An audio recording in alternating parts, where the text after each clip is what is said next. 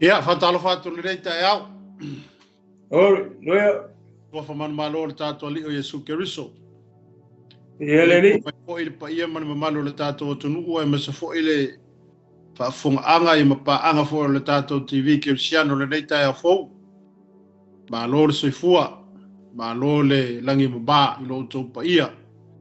Oi. Reita e au ia whaafitai le lofo mleanga le leo le atua o mawhaina to e fo ina le ne yaso. I le soifua mo lo tātou wola. Ia e mese fo le toi whaupopo ino sesi aso i le malosi. O mawhai e ona tātou whailoai i lumonu. Ia ai leo tuonu. Ni la tai au leo tātou iai i le tātou porkalame. Ia pe fo i ona sila mai fo i le tātou penalo iai tai au le nei. Ia o le tātou mata upu fo i o lo whaulu talaina whapea. Ia o leo langa manu malo. Ia po leo langa manu malo ke Kerisiano e ala i lona manu malo ina o leo langa manu malo i tonu o le ngaluenga ia po le ekalesia lo e ngalue ai ia ale tai ao nea tātou te le ioloa ia au lava ona tātou whaasifo i le tua tātou wala au i le li ia so soni mai lona ngang pa ia wa fo i la tātou mata upu le nei tai ao ia ala fo le whaasoa ma le tufa atu ina ia ina fo i se nganga mo ia mo lona finangalo ia ta paila sunga le toina la sunga le tinu ya mo se tatu te talo a mata le leita ya yo le tatu foi me fa solo le wa fo le tatu mata au pe ona yai me nga fa lo Tatu te talo. Io vai le tua lo mātou te mā. Mātou te vivi ia tu lava i lau fio. Aleluia. Le tu lau le aso lo mātou atua. Mene. Ao iai le ola ma le manava i o mātou ponga isu lo mātou atua. Yes, no. Ta mā whaafitai. Awai le whaia so mātou loto. Pele ana whai mātou te leto e ala whai mai le nei tai a fōu ma le nei aso fōu mātou atua. Ona mātou momoli atu lea o le taulanga o le loto whaafitai i lau fio. Tai ta mā. Ona loa lofa tu noa ma louanga le lei o mafua ai lo mātou atua. Mene. Ona mātou whapea atu lea ia vi ia oe. Ia whamanuina oe. Ia foi atu le viinga ma le whamanu ma whanene enga i lau fio. Aleluia. Awa oe o le atua lava oe. Oe o le atua o Abraham, o le atua o Isaako, o le atua o Iakopo. O lo suafa lea e whamau. Oe o le amatanga ma le ngataanga, oe o le muamua ma le murimuri. Amene. Oe o le atua e le liu o na nafi o le so e o atu i le whamau. Aleluia. Mai le ai lava se mea mātou te watu i lau fio.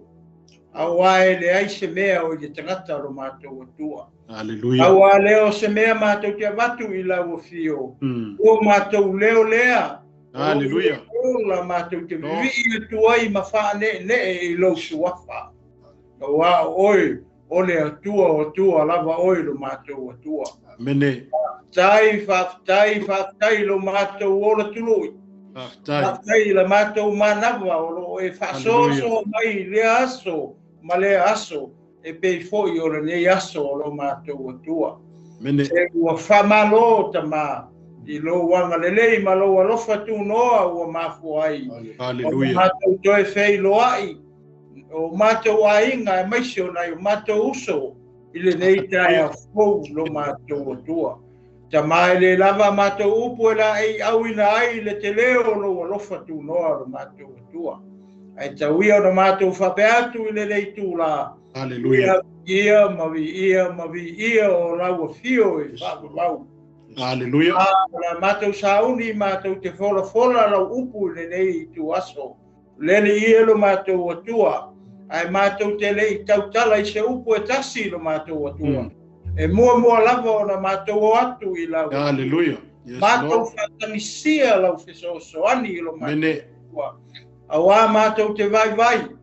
Oi mātou o tangata, mātou te lei lo se mea lo mātou atua. Aleluia. Mātou poto foi e ngata lo mātou atua. Awa mātou te talo whātau anau anganga pa ia i le tae au le nei. A whio mai a oe. Whetalai oe anganga pa ia e mori o lau upu i le tae au le nei. Aleluia. Ai o finangalo maloto, maota malawa lo mātou atua. Yes, Lord. O whea lava o atu iai lau upu i le taeao lenei lo matou atua tama ia fetalai lava oe agaga paia Haleluia. lau lava ina ia faaogā mai o matou leo faaogā mai o matou ngutu faaogā o i foʻi o matou lau faima Haleluia. ae fetalai oe agaga paia e moli o lau upu i le taeao lenei tamā ia amataina e lauafio mea uma amaea ia toe foʻi atu laʻi o le viiga o le faamanū ma le fanetaga i lauafio e viia ai pea o lauafio ma aliali pea oe le atua i mea uma a ia natia o matou tagata natia i matou o auauauna lo matou atua ia ae ali pea o lauafio i mea uma se upo la matou tautala i ai o le tusa ma lau finagalo ma lau ai le taeao lenei ia faamagalo mai i matou ua auauna lo matou atua ia i lou suafa iesu a matou tatalo ma valaau atu ai nei amene mamene amen lou aleluia aleluia ia le atua lenei taeao na tu leo te elangi le fasangi ma le faambua fa polo fo tatou te sulaina le lofa ma le anga le leo le tua wa fo le data ya fo ma le ala fai ya me se fo le fanga solonga le tatou por kalame pe o le tatou ya ile ne yaso ia o tatou por kalame pe ona fa u talaina fa pea o le olanga manu malo e ia le fasilia fa pea e whawhewhea o nā whatumawina pe whamausaliina lo wola manu malo ino ke riso i tonu ia te oe. Hallelujah. Mene. O ani vaenga e mawhai o na supportinga oe. Po ani ni vaenga e te tau o na tūmalosi na ia whatumawina ai lo tangata ma lo tangata. I le ola manu malo ina o ke riso i o tātou wolanga. Oi, loia. Nei upu tomu e whapea. E le aise malo si anga whale anganga o stangata ke risiano mai a te ia lava. E mawhai ei ona ola manu malo. Amene. Amen. E moni a te ke risiano o ia te oe wa e ke risiano o ke risiano. Ai ei te me vai ei le ke risiano. Oi. E ele te me pa uai ma fale tonu ai le kerisiano pe o matato mata upuri tai au le nei o lo wola manu malo ina o keriso i tonu ya te oe e falango lango la le o langa kerisiano le tangata e falango lango ile ato toa ile atua wa o le atua e te mawai le mana ma le malos amen Loia. E whātupu ina ai le malosi o lo ke misiano o lo te tonu ia te oe i lo apa atu i le ao le atua. Pe te wha moe atu i le mana o le atua.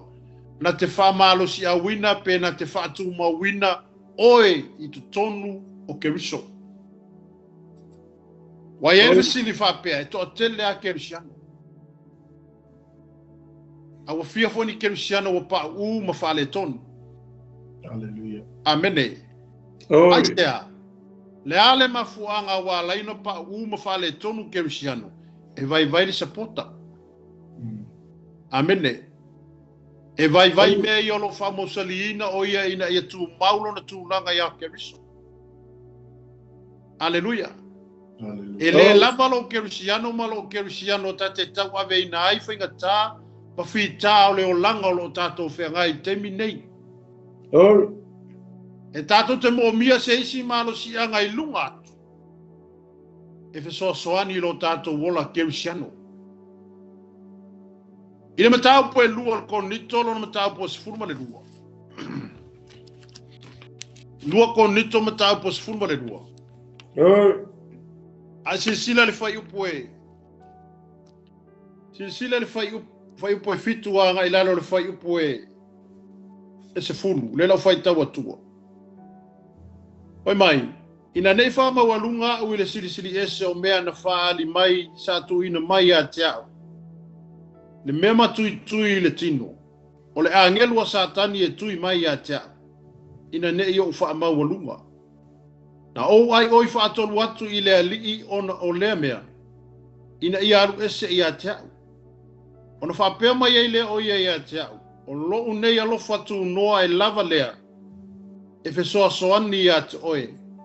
A wā o le vai e wha ato i na ai lo mana. O lea ua tele ai lava lo fia i le mitamita i mea ua o vai ai. Ina ia tu mau i o lunga le mana o Keriso. O lea o te fia ai i mea e vai ai. O le wha leanga mai, e malaia, o le anga tele mai, o le atu vale, ona o Keriso. A wā pea o vai, ona o malosi ai lea. Amene. Whatonga lea le apostolo Paulo i le atua ina ua. Iai Paulo i te tono lana tala inga i te tono le kale sie konditu. Ele i lava Kerisiano Paulo i tu mawai le ngā ruenga sa i e tawawe ina. Amene. Na iai taimina tau whaavai ele apostolo i lana tala inga lea. Aisea. Leanga wa tele tangata e whai ia Paulo, wa tele tangata la tu te whata wemu ia Paulo, wa tele tangata la tu te whaleanga i le apostolo. Wa avea mea ia ma mea wa whai ma mea tau whaavai ai le tala inga Paulo i te tonu o konito. Glory, hallelujah.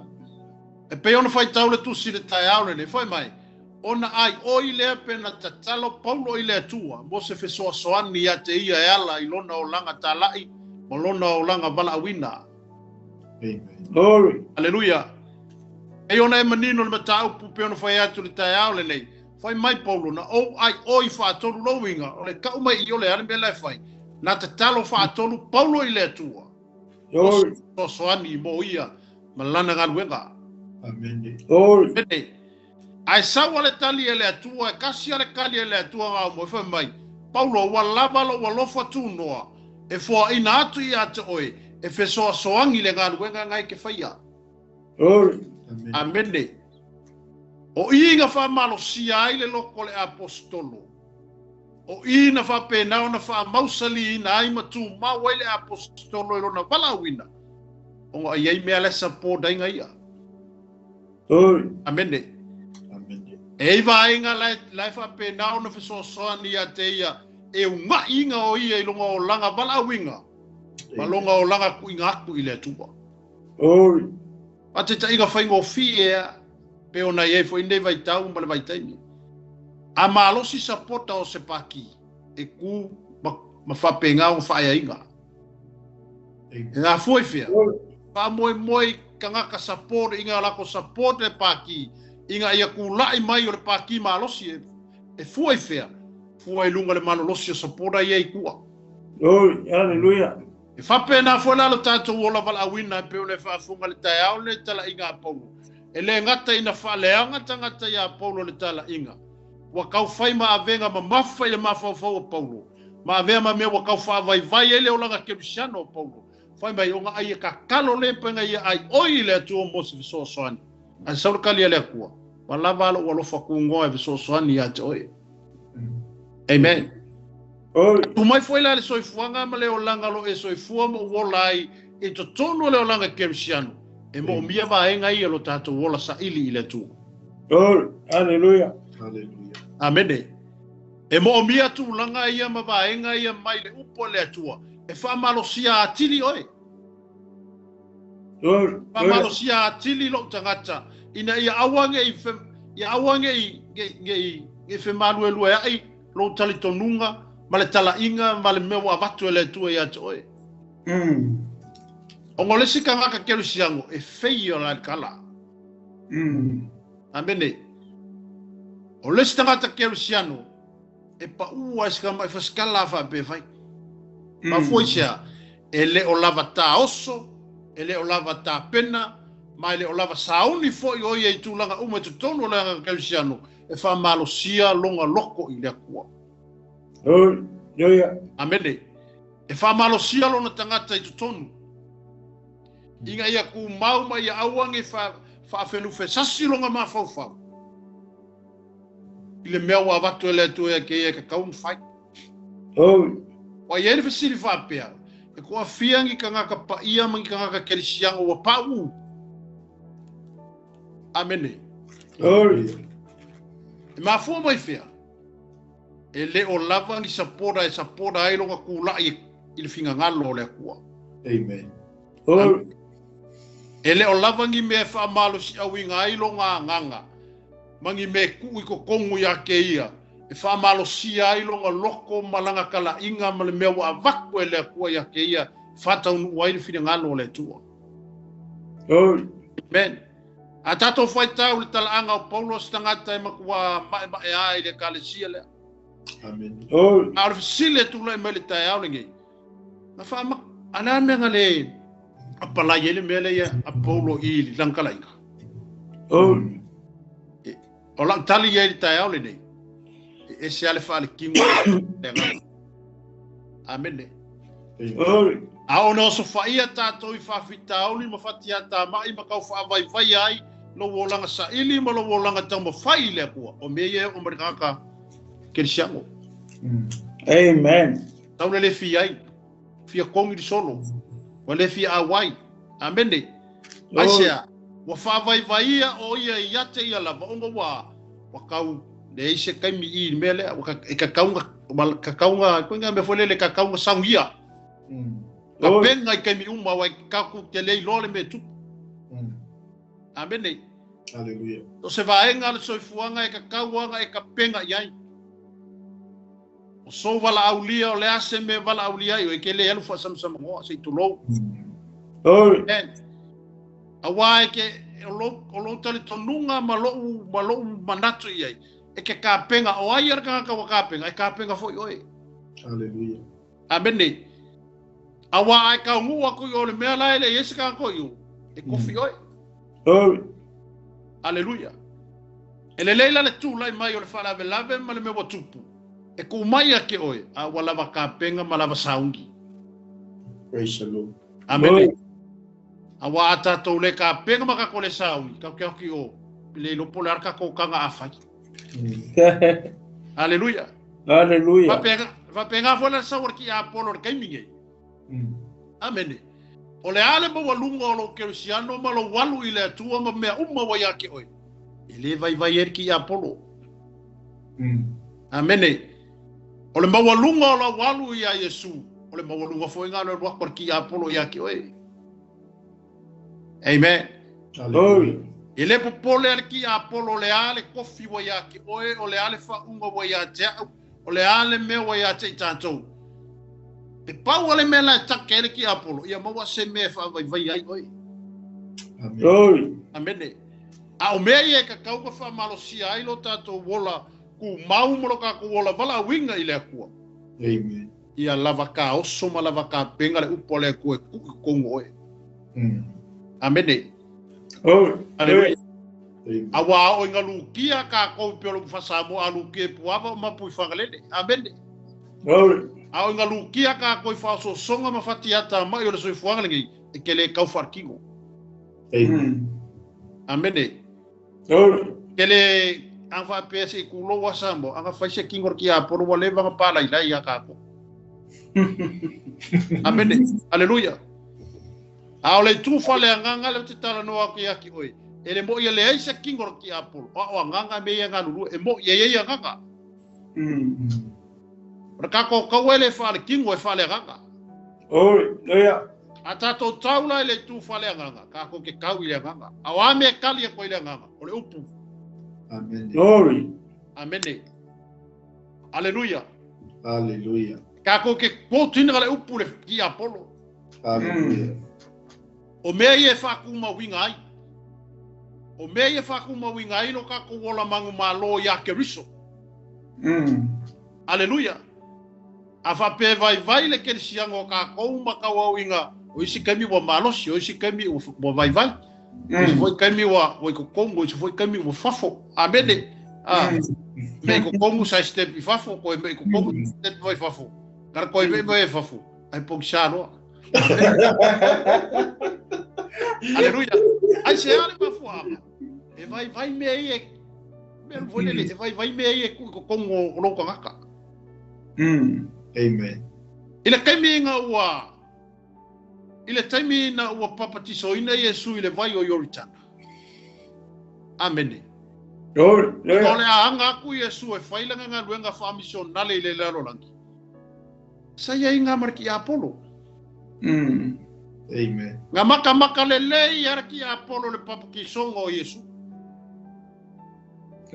La la fa pakiso Yesu ala fo wanga yo ile ma fo forward ki Apollo se va enga attack kai Yesu. Haleluya.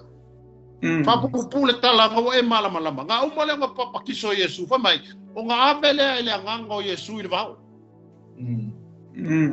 Pasa fu waso anga pongi Yesu. Mata upe fa mata yo fai po falo tala no te ole te ale nei o me fa kupula ia lo wo langa ku mau ma lo wo la mangu malo to tonu le o langa kemsiano amene o vaenga la ia pe no tala no te o isi ia vaenga le wo ku fa ku ia ki ole kayangi o me ia e ka kango fa ku mau ngai lo wo langa kemsiano ko kongo nga nga ma lo vala winga amen. Hallelujah. Ya, ngofole upole aku ko kongo ka koloko. Hallelujah. Anu le Yesu ai folo ko marki Apollo. Ole ale mo walungo le fa unga lenga ye Yesu. Ele popole ayerki Apollo. Fase furu waso nga pongi aferki Apollo ai fia ka usambi lo fe kala ima ai. O ayer ko nga kala fa pe ko fa lungo le kala ki Apollo. Ai fia tau ma fa lo fe kala ima ili wale ko. Alana menga kali ye Yesu na kote Yesu le upu. Amen. Amen. O Yesu ele nga me ai ola i tangata. Awa fionga uma kulei me fofonga o le akua. E ola i kangaka. E ala mo fa pe ko yaki oi. E o ngani me ai kingo mor kingo. Hallelujah. Au le nganga le tu fa le nganga le o te tala no ati ati oi. Anga sauri ki Apollo ele sau fa le kingo sau fa le nganga. Amen. Longo minga la ane me tatou e fai. E ka kau o nga lava se upu e ngofo i o ka koloko.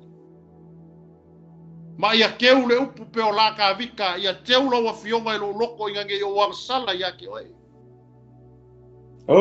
Amen. Hallelujah.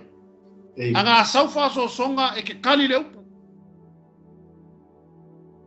E ke kali aku le upu pe ao nga o mai fa so songa ki Apollo ma mea fa penga le soifua mo ka kola. Amen. E ke kali upu. Ia lava ka oso ka ko le upu. Wa le fa pe asa fa so songa ngai fa pe ko le ki Apollo. Fa mo le ki Apollo va so ka bo e mela ku spa ia la yon ma ko fale se ila ko le mau ya ki oe. Le ai. Logo winga fule ko lo kwa ele no ko e se be ngai ki Apollo.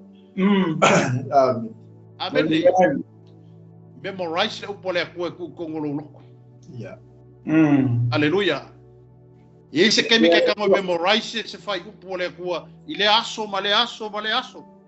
Amen. Ke ko kongolo loko. Awa e fa fika uli ama fa so songa me umma ka ko ke yai. Ai asaula le fa so songa ya ki oi. Ala wa lava ka penga le upu i kongo ya ki oi ki kali ko. Amen. Ifa penga foi pa elo e que eu só ocupe bank. Amen. Awai que eu lo ocupe que fa nganga mo asoleanga ma me kupu i lo ai. Amen. E kala kule kala mayo la yele kupe. Ai aula ke me kupu e fala bela me ka ko ainga ma me ka ko e ka ko fe kule ko e ola ku ya nga me mumbu fo ye sa unu ngola ka wala se kupe. Amen. Ma fo isia ele o yese me o tiposi ko kongu ile kalia e ke kalia ko i kemi fa penga kemi le pa penga foi la le fionga le tua a keu le fionga le tua yo ka ko loko. Hallelujah. A o mai la fa so songa ma me ya ka ko ke re ka mo so me sa ku spaia. Amen. Ango foi le fa me ka vika wa keu la wa fionga i lo. Ele. Amen. Wa keula fionga le kua i le loko oe ma le loko a. O le ala le kemi oso ma yeli fa oso songa. Awa e lo le le yale me ku iai. Amen. Amen. A oso mai o le ame sa masakangi. Wa e lo le me ku iai. Amen. Kali le upu.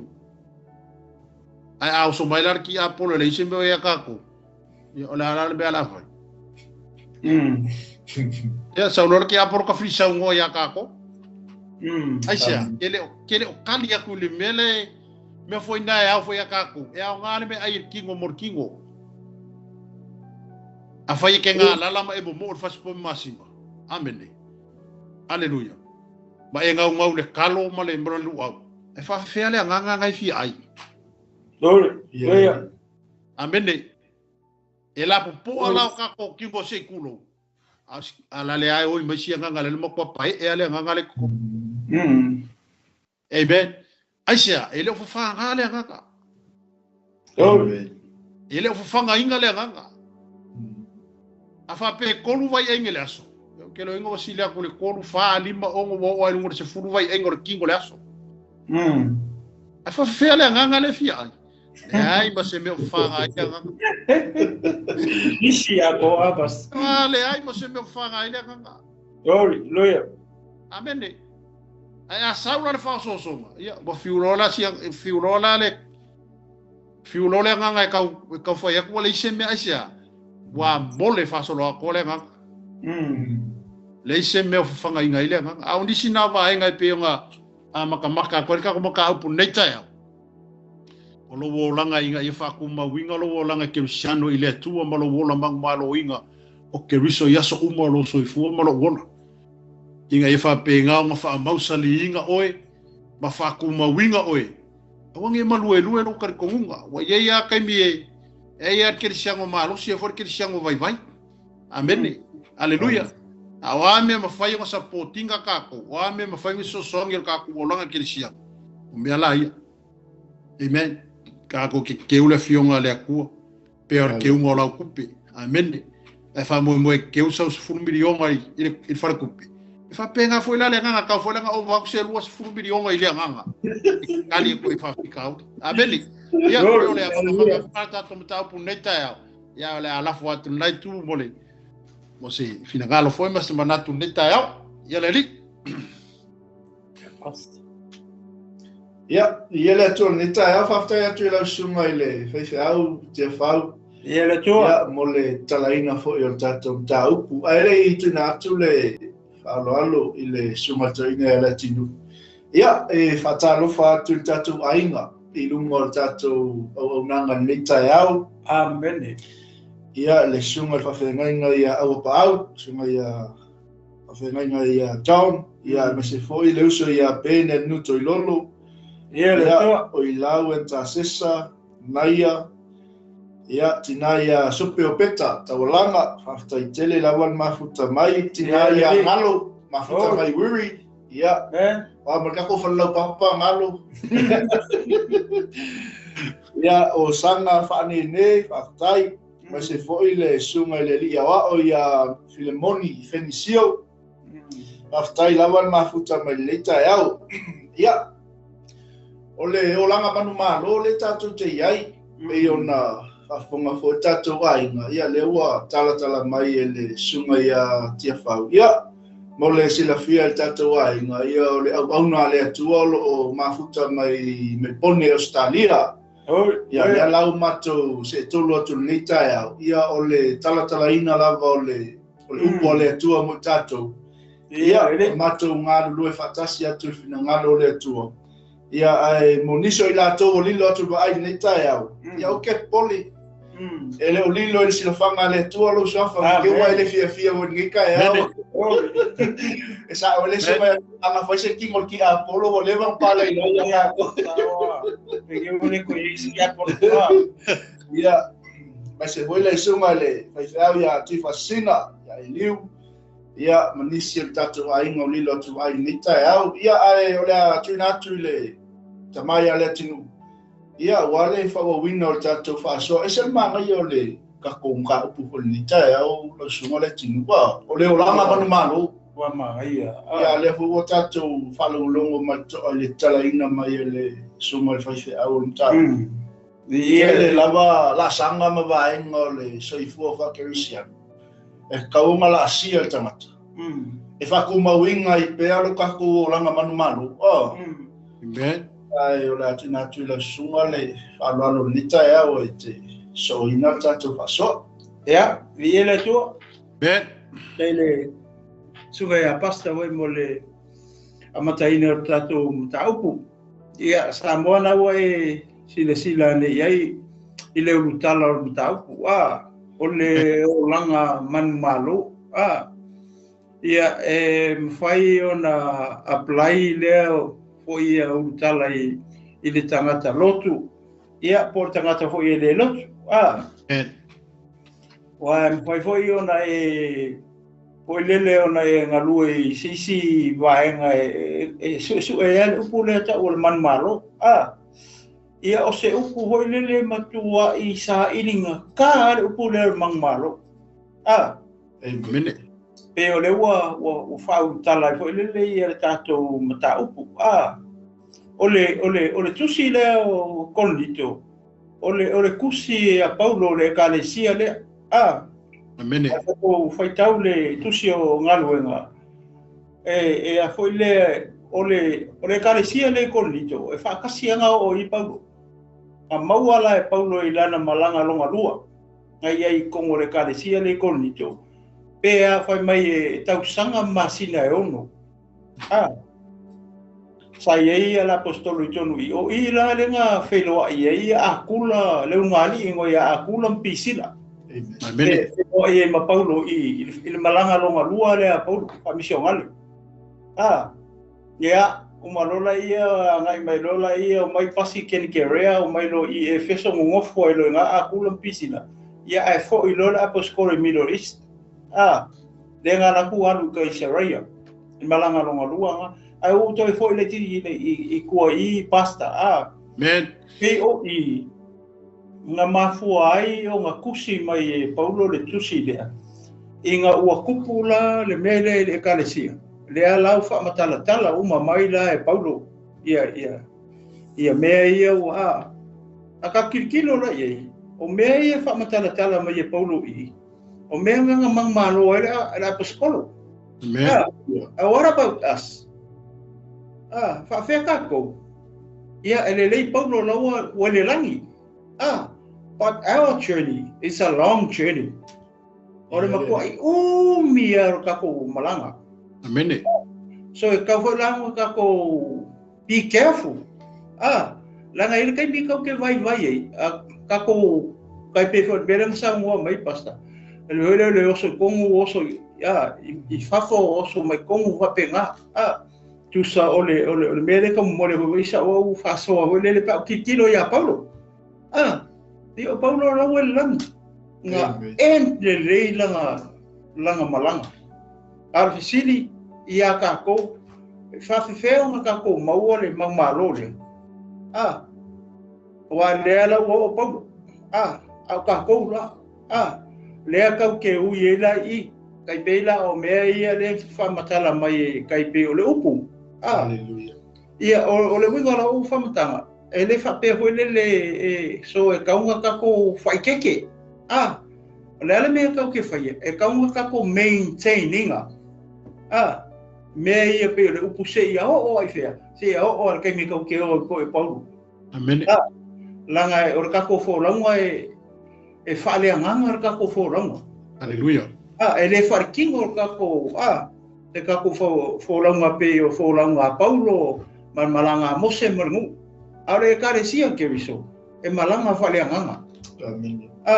So le mea la le mga umia, te o le mea le whamatala mai le apostolo i lang kusi le, vai o le lua le o kusi. O i e tau mai e, le ke leo le conseno le apostolo Paulo, i le kare sia le konrito. Amen. Lewa ia ko e kusia mai e kusi le mai le kalesia. Ia morning fa maoni kai pe so mereng sa ngua i pasta.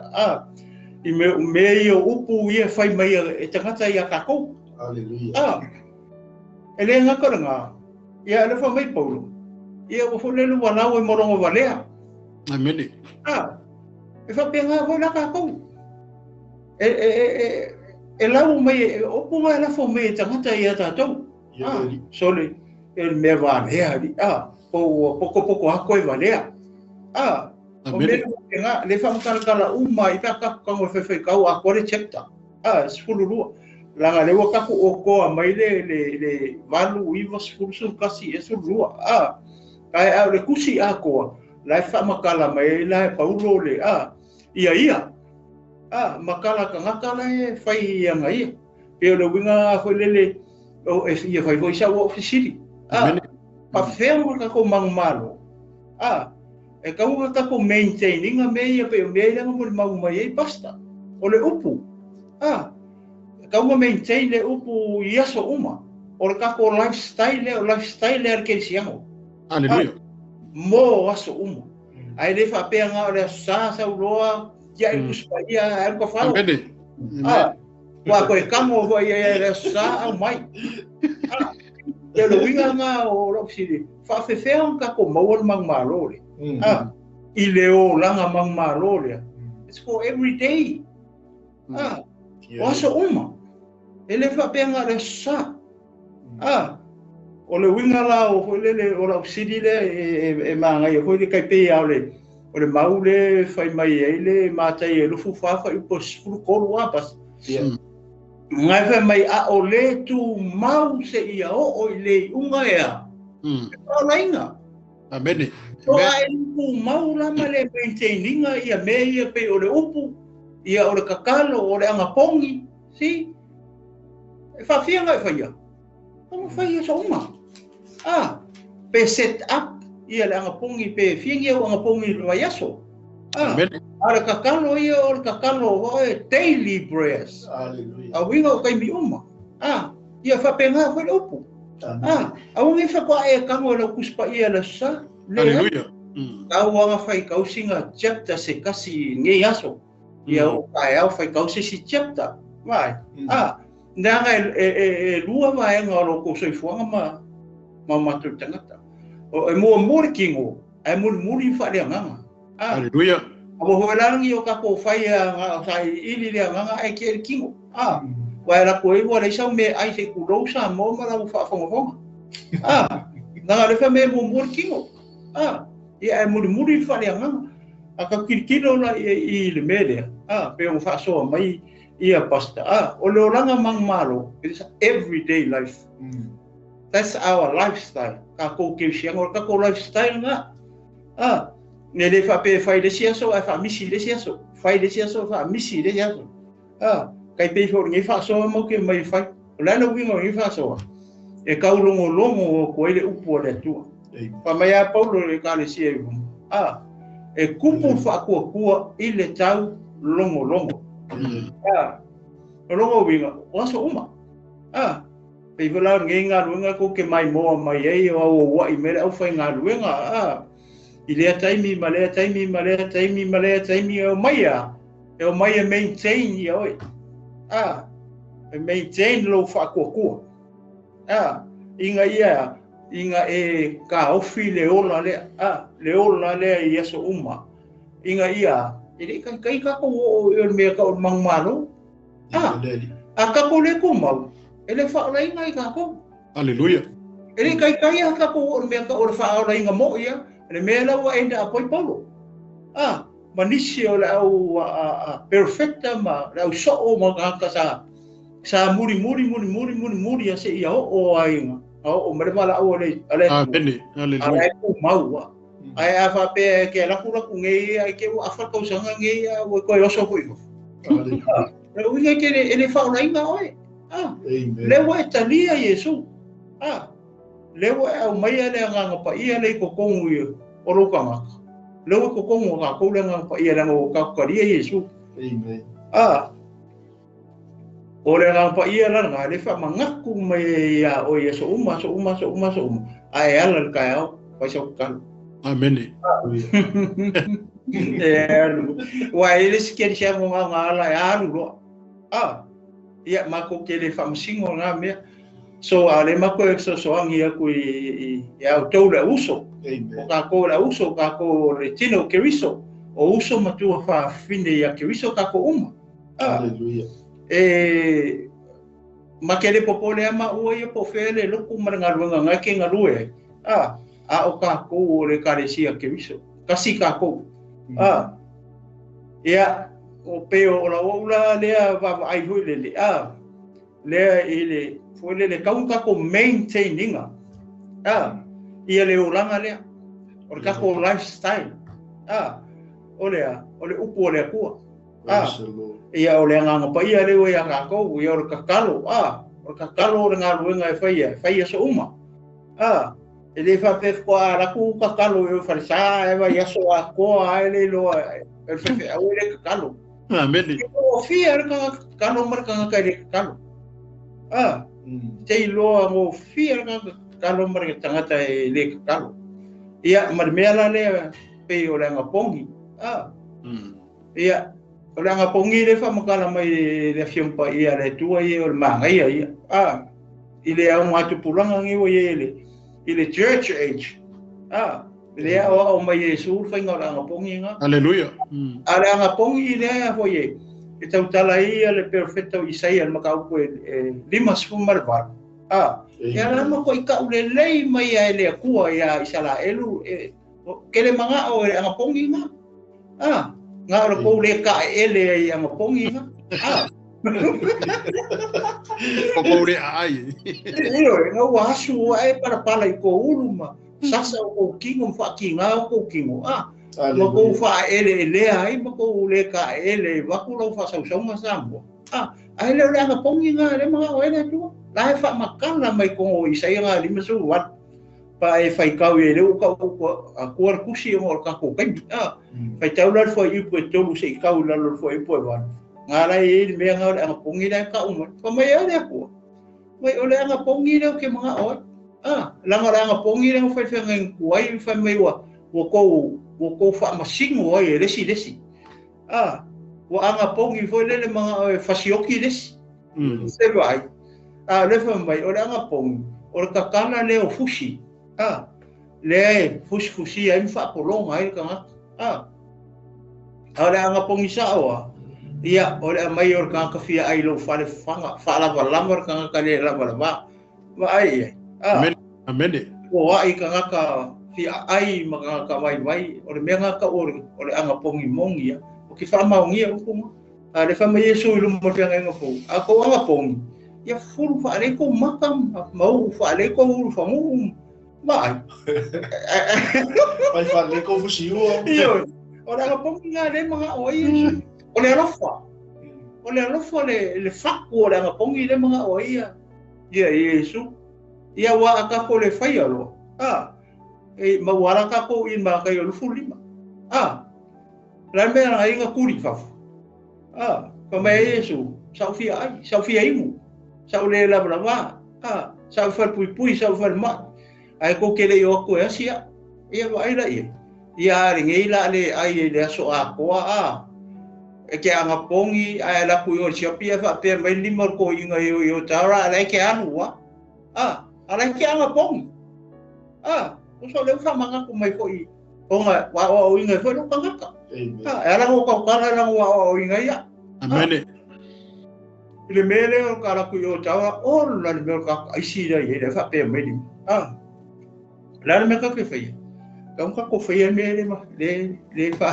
o mai Yesu ma le pore tua ko singa lukala singa sidiva ku le lima ia pe o se urale ko e fa popo ku pasta i le ka ma le mele o le langa mangmalo ia la ka ika pe o mo le ka ke o le tino pasta ele lopo feme polar kai me enter ka ko training hallelujah malanga it's a mystery pe kau ke ender wala au mai ole tu e to so forma marmako ia pe kau ke ender aplemene kau ke e mu mga ia sikanga hallelujah ia le ka le sia Yesu si usa pe ole finga tala nga foi le pe aka mo foka ikama ko ma fo i sisiku ile o langa mangmaro so se me kaunga maintain se me kaunga fai pea or kuua haleluya ke wa ku ngai por ngai vai aso are lo kai a or sikia ya Ia, ora leo ka kurikuria ko le kura. Ia mo le olama. Le lifestyle leo ke visa. Ia mo le nga fa lo pasta ma. Aleluia. Ia viele tua. Aleluia. Pastor lo sumo to ina. Maia sope o peta ko ando yo tara la ku mo limo ko inga abi lo le penka. Ai tau se pina. Ole tua ole o langa manu malo. Ole faftai foi le li me vai mo la so. Ya ole abanoa foi boa tu ina mai ele sunga ele fai au ma tu te se tolu ai le tau ia le tu mai tau atu fo ile fa so le sunga ya le tin ole o lama o so uma e kaua ka ko ma lo yo il ka ko o lama ya so uma i so se me alapa wai e nisi ke risiamu pe e ka lo ma lo pe se lo ngol kai me afa ki el fo lo ngoi popo ma fa ina ma fa fika u lo sa ya ma ye fo le enko le nga me ko inga e ma lo ai lo lifestyle ma ke ya o yo la tali ma la fin o le tu ai o le matango fie o le o fa sol ni ta ile me le ma fa inga au na le tu ya ele ia si mea ka kuke mau ale mang malo ma le upu ale tua. Aleluia. Umoni ai whapa ia ina i tātou, whaamama ina i tātou, e tau a mioto nui nai fo tātou. Ea, e misi roa le upu ale tua makako. Ia ma ale koi lalo popo ale me mau. Aleluia. Ma inga ma le masi asin me mau e kako. Amen. Sao dola yo le faso al tatu ainga tina ya sope sao dola ki apo le kangi mai yo la me la fa ki apo ai mama ya yo le upo le tu le nga sa mo le sunga le fa le ile mata yo fa upo fa e ole upu anga kali e Yesu ti apo le ya si mea ma kota Yesu e upu e misi la le upu mo tatu o langa ya so umba Nangale ole manga ia le ankole nga melko inga mele ole fatuma wina maintain ya so uma le olanga manu malo tatou ke isian e maintain la fai tau le upu i lau tala no le upu fitalai me le tua ia ke oi le me kaunga e faia ma le me le kaunga e faia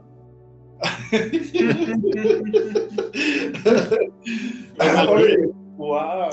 Ole Ioane school fit tua pasta leile. Amen. Ia ia ina i la tau i lau pumoni. O lau afionga ole upumoni lea. Ia mahe fule maulenga mai fife au le salamu Pau ale ole me fa mala mainga o kako wai. Pau fule ole me kaunga tofa tuina e tato. Nge kako wanga sala. Amen. Was e o loka ko ile natural answer ele ta o tato se kiusiano manumano ai sea le anga uma na tapena ina Yesu Kristo le manumalo mo ka ko Aleluia. o le me ma ia la lenga sa mo le sunga le tinu maintain ia fa ku mo winga ka ko manumalo le ila e pole tua wale kangi me orki Apollo ya kako ya akilinga ko fa ngaki Apollo ole ma ngai o tatu tu sin le tai au le a kako ke kalkalangua ole mita Paulo yo na popo ma Aleluia. pai wa aileia le wa umona faita wina le au na le tu o tatu tus le ia se si me ko fa mangaku ele loto Paulo ole upu ale atua Aleluia. o fa lo ko fe mele atua wala wala o lo fatuno e ke iloa pole ale o onga o me ke ingo ya le ale le ki nga o me ka ngaka fa pia ke o wala wala o lo fatuno o mo ka penga mo oe amen ila usava linga Aleluia. ole silenga ma ia le mai ka kokus e ha fu mo ka ko Langal ka ma lo la poskol. Aleluia. Iskanga ka mo lo ko finga mo lo runga.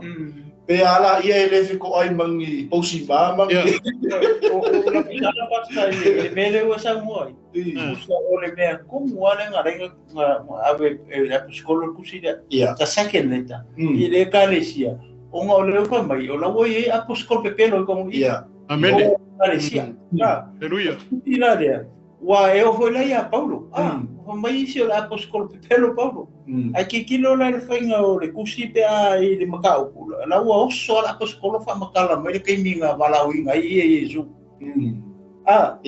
o nga to ke fa maungi ai o sau ia le kusi nga ma fu mai la sia ma fu au kanga ka le kalesia kanga ka le kalesia ko ni to le la ko fa ia kana ia fa mai o Paulo ia le si me complain dia wa nga fa mai o le ala ko Paulo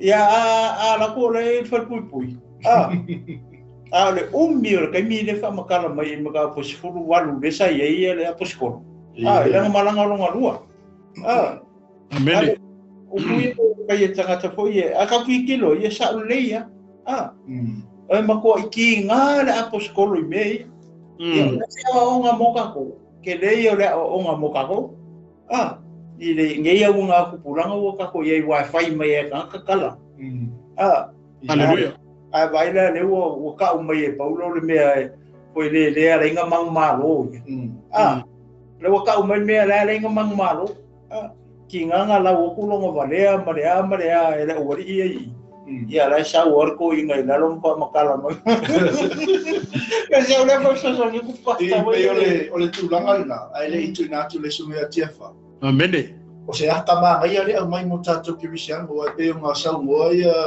suma to ina le tin o lo le langi Paulo ai vai le ma ngai ia fa manga kola postkolo o ke le mika i meia ai ole a o kula u ile fa alinga nga mai kia nga ko ma le mea nga faia Yesu ke viso mo ai ke mo sa mo fe mo ma le mo le matotusi le matote amen le mo ko nito skulu ia a le fe po iba ma skulu le matote fa ma faina o lava le lo fa tu no le tu aleluia ko ke mangu ma lo ai ya ole upu ale tu ole mele le fa ma fainga ile vai nga mo ma to fa sol ni aleluia o ka ko mang ma fa fe ka ko mang malu le ia si mea ole ka ko ai upu ale tu ia so uma ka ko ke mo ole mang malu ka ko ke loi fa ka ko sa valinga i o langa fa so me o ma sa mo le sunga le tinu maintain le ka ko langa mang malu aleluia ole ko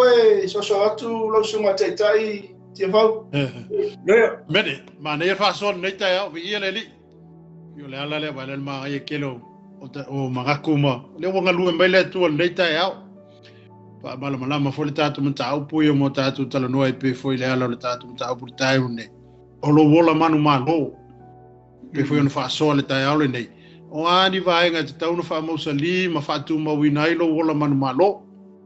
Le la fa fonga fo tato atu no le tai au tu fa mai fo yo o na le tu pe o se isi na va enga e fa pe na no fa malu si ai lo tato wola man malo ya ke riso amene ya uma wina e mai sea ia tape na ina pe tato i so se taimi ma so se va enga ila wai o le tato sa valinga le faingi e de ka ko le o ka ma ka amene tato tele o tau matangata awali sili ba fai pule ma nga le anga i me o le langi le fe ko ai maka ko kai mi ngai amende ta to to wala te wa fa le nga au isi ba enga e ma fai o fa tu ma wina ai lo ta to manu ma lo ya ke riso amen na mo le foi mai o le si ba enga le fa tu ma wina ta to e ala le upo le tu amen le fe soe ono foi po sumar fitu na yena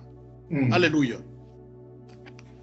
amene fai tau mai lai runga fai upo e se full martasi se fa kamera sumar fiku le lo fai tau atu mai ia ofu o to yo tau to mai le atu ile o to mo fai ona te atu to fiti ale ti apolo a wata to tele tau matangata awali sili ma fai pule ma yo le nei le atoa maagaga leaga I mea o le lagi o le mea lea ia outou tamoai o tau atoatoa mai le atua ina ia outou mafai ona tetele atu pea o I le aso vale pea uma o loutou faia o mea uma totutu mau ai lava o lenei ia tutu mauia outou o fusia outou surunga titi famaoni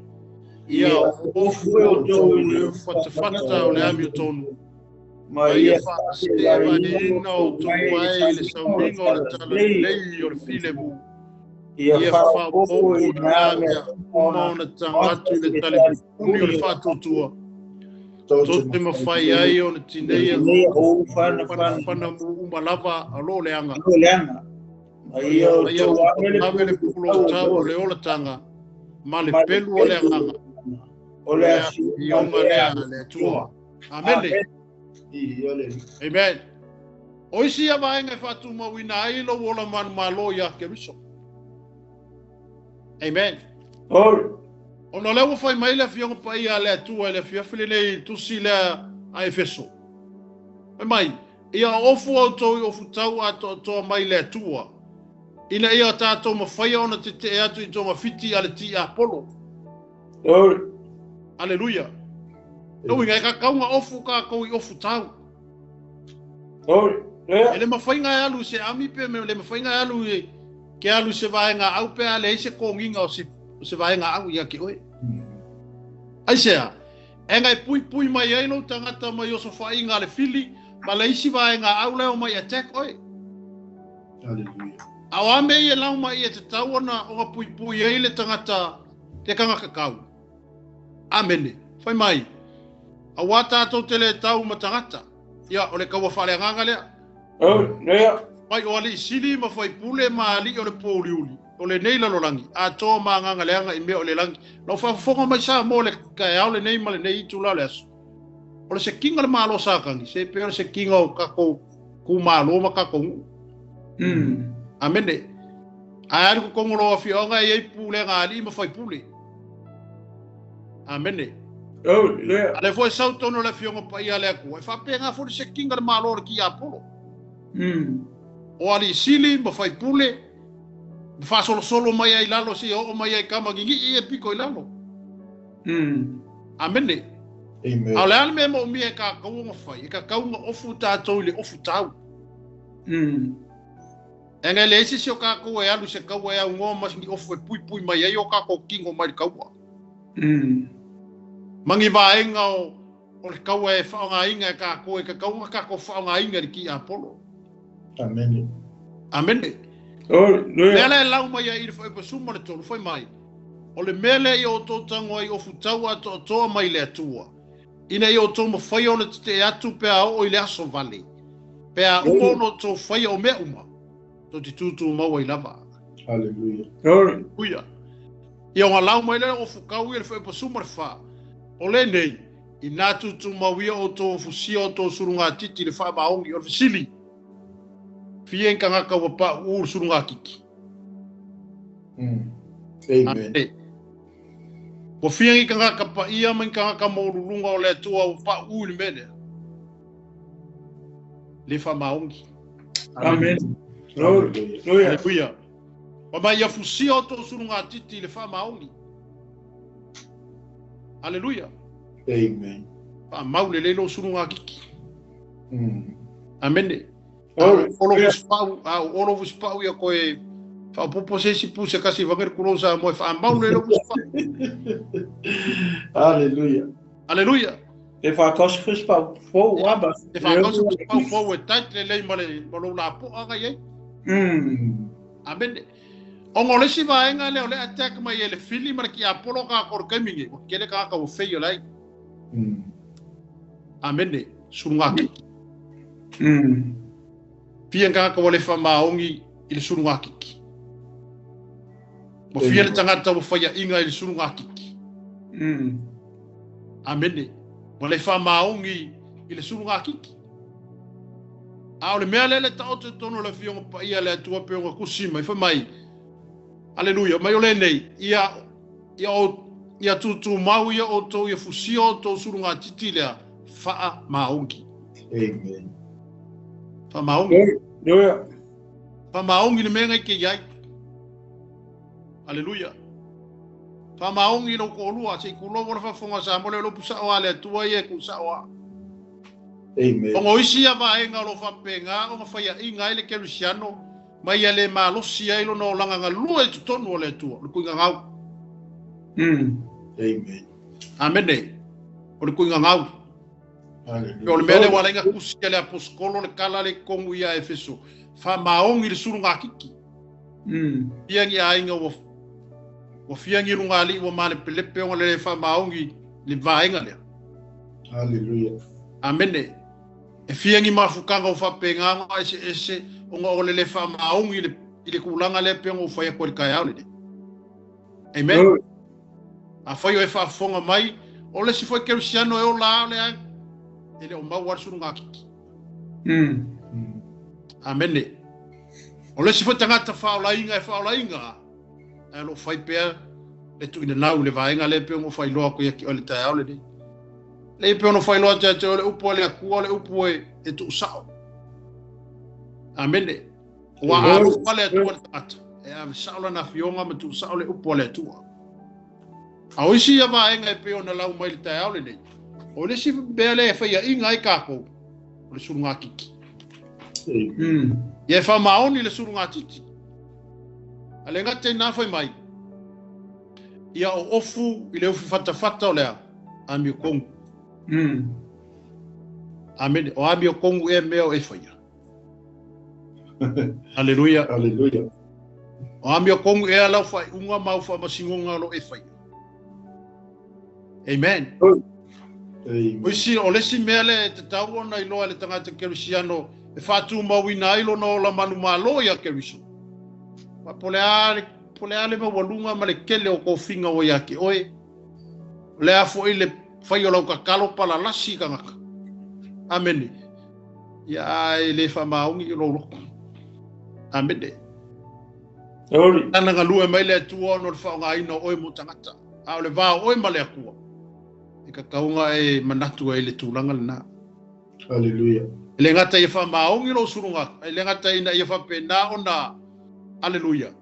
Le ngata ina i wha maoni lo surunga titi. A ia mi o kongu. Le whai unga o e whai. Amen.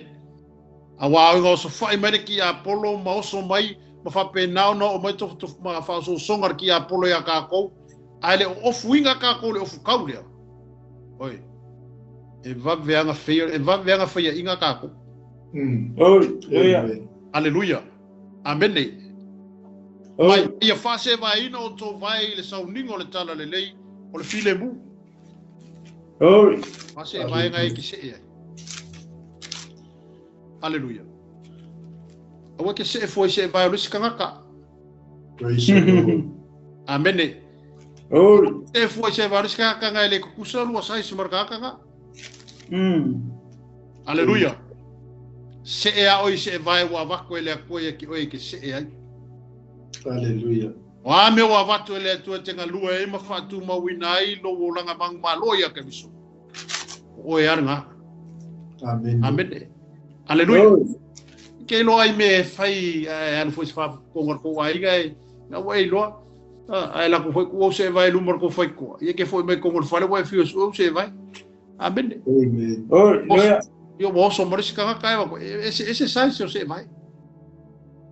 Ale o feta laile tu le tai au ngi. Ia fa se vai no to vai se vai o sangingo le tala le lei o le file mo. U fare kala ke lo e o lai tangata le lokor kaka. Amene. Ia fa so ai le me o lai le nganga le tangata. Ia tu fa le tangata ina ia fa penga o nga ki ai longa o langa sa ili bolonga o langa kersiango inga ia mang malo inga ke biso. Ke le au vai esa valinge e o vai ele pusa le o vai ma mela e kala. Amene. Tala fa taita ele tala i ko lua apo lenga pe lenga o ma ua ko fo ele po kalame foi tan wai ingo manga o ia apor ko vingi ngapo sa lor finge le fai kusi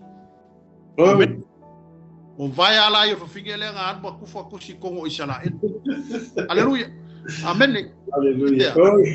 mai ese se mele anu anga ia vai amen o le ana menga kupu ai vai ia nga fai ava fai longa le mele nga kupu finge nga ai mauri ko koe a kingi vai ma kingi po ma kingi dimba ma me o kapulima se vangi ar fa fonga anga samo o ame fai ma fai longa ka ngaka se sele me anu fai Amen. amen o lima ia ga fai ar kus o kingi po ale nga ma fa fa i me se fai ar kus ma mai ia nga no ku for kus ni me se le ka fai Amen. me ala ia nga ko fai ma fai longa fa finge le amen le fa la ka o ko ko le fionga le tua o isi me e fa mangaku ai lo tatu wola sa ili mo lo tatu wola nga tamo faile ko amene ia ave o vai ia nga pero o pol pese foi lele ane kaiki ave o ka ko lima ave o ka ko vai ave o tatu leo ave o ka ko wola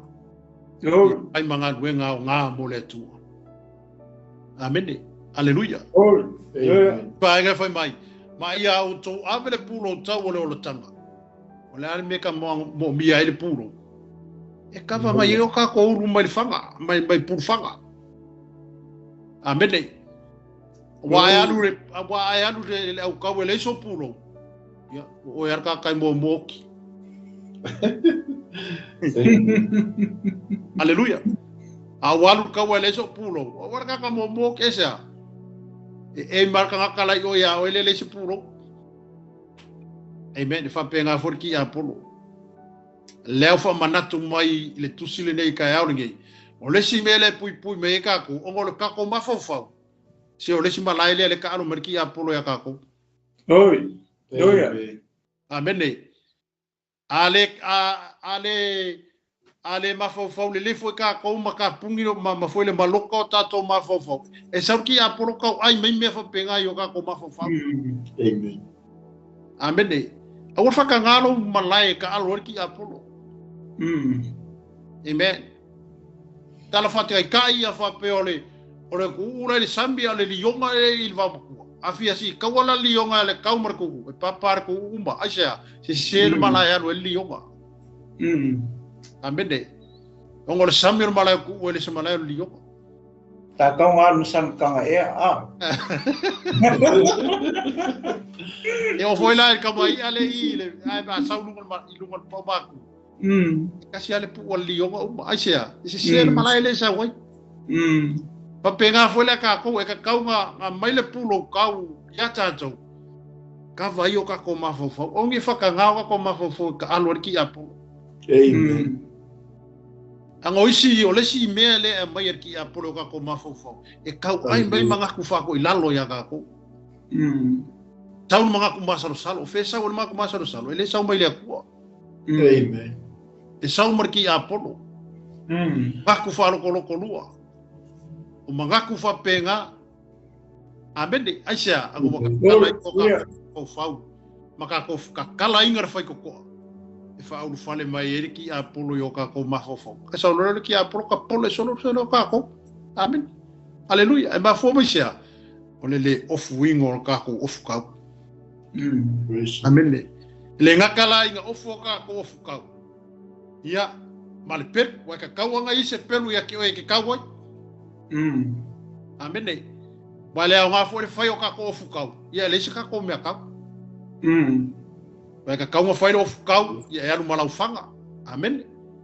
Ya polea pe ke anu malau pombu le fa pa. Amen. Me o mai e pui mai ai o e me lo fa ingar fili.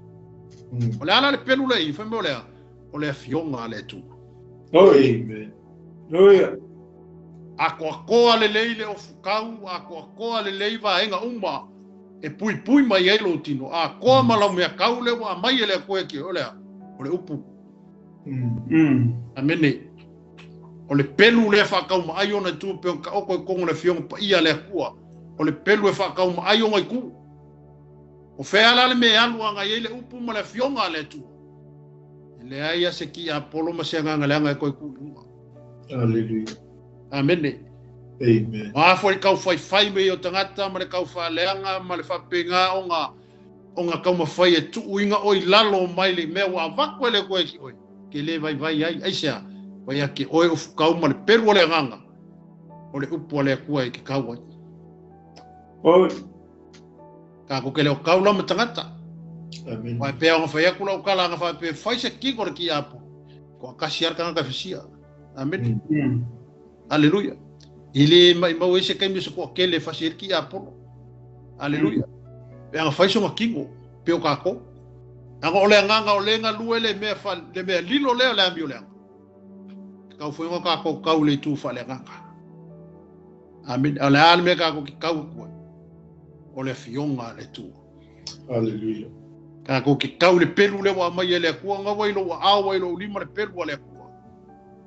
Amen. E ke kau ia so lo so fu ma lo wola. Inga ye fa ku ma winga pelo kako wola ma lo ya ke biso. Amen. Moni le fa au e ke me vai e ke siano. E agora vai o que siano ma me ke ngofo foi ele vai le ga. Aleluia. E mo mia lo ko fa kanga ingo le nganga le tu e ko nga lue. Pa ko fa ma iki. Pa ko fa nga winga se la ngonga fo ya ke oi. O isi foi me nga sa werki a proka oi me fa bitsole ya nga ro ki sia ko ba no vai feio. Amende. Ia ngai manga ko ele o ia sa o le mele foi me ki a polo. Ma fa vai ia oi mai ko I lalo ia. Ai ia si musunga ngai mai ki oi ke minga. Amen. O le ku e fa mauki. Amen. Kala le avangoa boka ko I so stai. Hallelujah. Mo so se aso mo so se kula. Ile ka pungi ele ku no avangoa la fa pe mai ale a o le ku. A o ile ku ai. Ka ko. Amen. Amen. Hallelujah. Hallelujah. Iwa enga ye pe no tala no ato ya o e ka ya legi. Amen. Ika I fa ku ma winga pe lo wola manu ma lo ya ke riso. O le siwa enga foi mai o le upu o le atua. O le malo si anga le ka ofia ka ko mai le faia anga sala. Amen. Upu le atua ke fai lo le anga sala ya tato. Le upu le akua ke fai lo le a mio kongu ya ki oi ma. Amen. Hallelujah. Amen. Talamo salau sumo le iwa foi pe sumo tasinga sa nga foi bai ka vika. Bai foi melo ka vika. O lawa fionga o le sulu yo vai ma le mala malama yo wala. Al sili la me nga ma foi nga ku ka vika fa punga le kongo nga kusi. Nga sa yele kai minga pa u ma fa le kongo i ka vika I lumbo le tu. Amen. Ele kai minga nga sala I ka vika. Ele ya vela nga sala nga ka vika ma mea. Nga ngofo ai mawhai inga I ka vika I mele. Hallelujah. Hallelujah. Kau lia le kala foi lele inga wasi. Kau wai sala elu ya sulia. Sulia po ia o mang kwa lima kwa ia sulia. Wa kongu le manga kwa ika kau nga alu ka vika le kau wale. Amen. Ai wa ngofo ka vika wa vanga longa loko ko luar ka malo ulia. Amen. Amen. Ka ole le kau ai fai mai kala ka vika no sa ka fa mo ulia I lupa. A saulo so fai ga ba venga hoki esa se sele me le fa kom o le sala. Hallelujah. Hallelujah. Ele malo sala elu ka wa. Ai nga fa kom ele aku ang feka laile ko ya na tanu perfeka ale fai ka vika wa sala. Pe mo fai aku ya ki or ka ya le upu le aku. Inga ke fa ilo inga le nga sala. Amen. Amen. Hallelujah. Alu nga kango fai loya ka vika le umbalanga nga umai. O le si kanga kai kele nga mamoe elise mamoe nga pe fai me ai umbalanga le. Ar ka kai kasi la nga mamoe nga fasi e fai me ka vika. Fa shoki kanga po ai. E fa ko perfeka ka vika o e la valea. Amen. Hallelujah. Hallelujah. O le upo le kwa ke fai lo inga le nga sala kanga. Amen.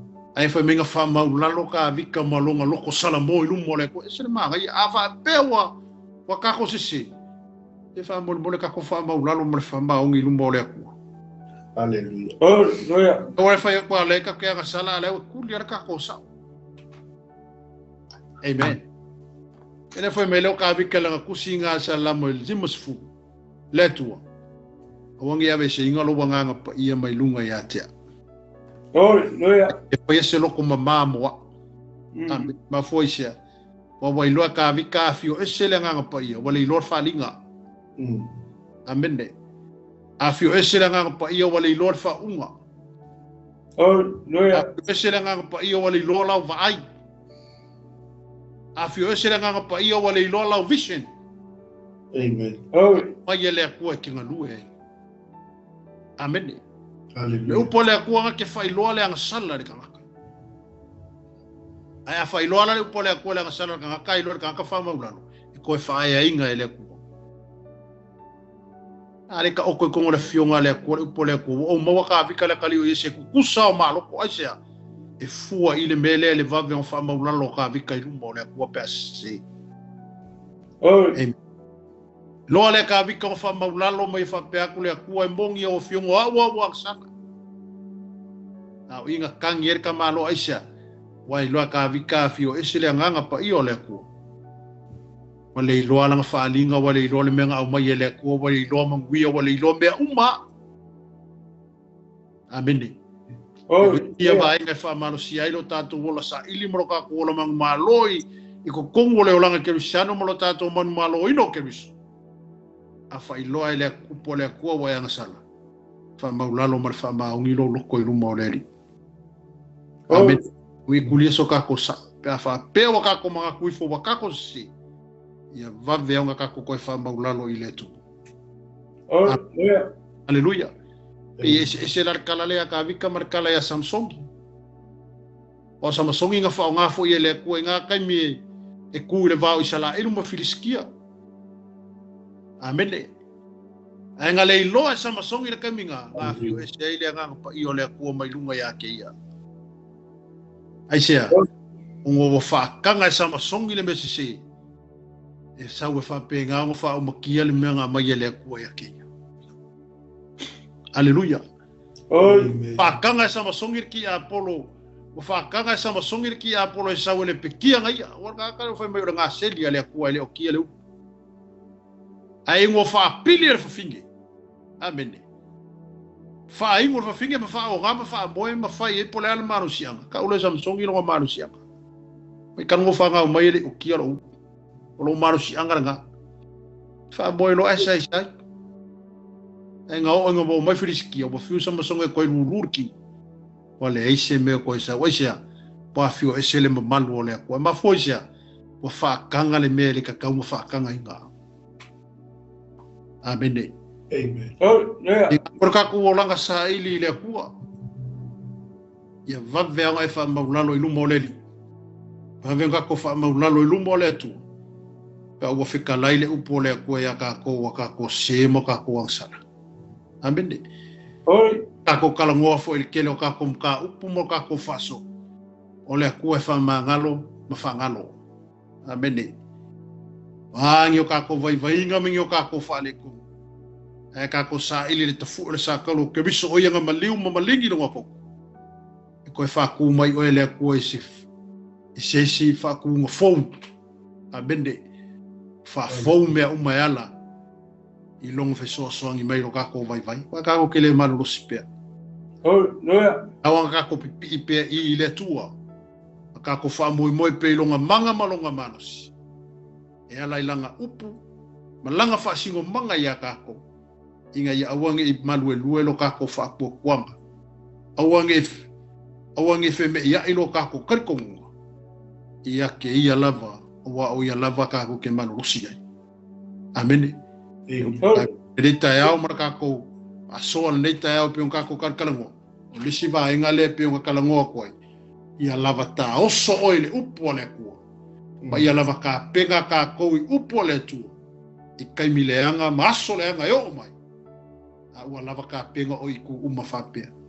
Fea lava lale me sa nga i mai ki Apollo mo so fa i mai ki Apollo. Awa e lo le lear por fanga ku uye. Amen. Aleluia. Pega fo la ko ya la be e ke lo le lear fa ka fainga me ka ka nga fai ko ngolo wainga ma la o fo isa ilinga ma la o fo ka mo fainga ile tu pega fo ile kaua le ku faleanga pe o futau au mai le ku ka ko ke ofu le nga ka kava i ka ko ki ai ma le pelu o le nganga o le fionga le ku ka ko ka wai marki a polo ka ko ke le ka far kingo ka ko ke ka faleanga fe ala se vai nga fa penga nga nga mai er fili au ai lo o ai lo le mai silfia yo se fulu kasi ka mo ku le le amen ya o se fulu lo ka mo pa i le skambale amen e fa solo fa penga ma lo se pulo e a ma lo si ke le for ki a polo sa e ke lo le fu pulo ku ye amen aleluya kulo el pomo ados ya nga foi el pom amen ya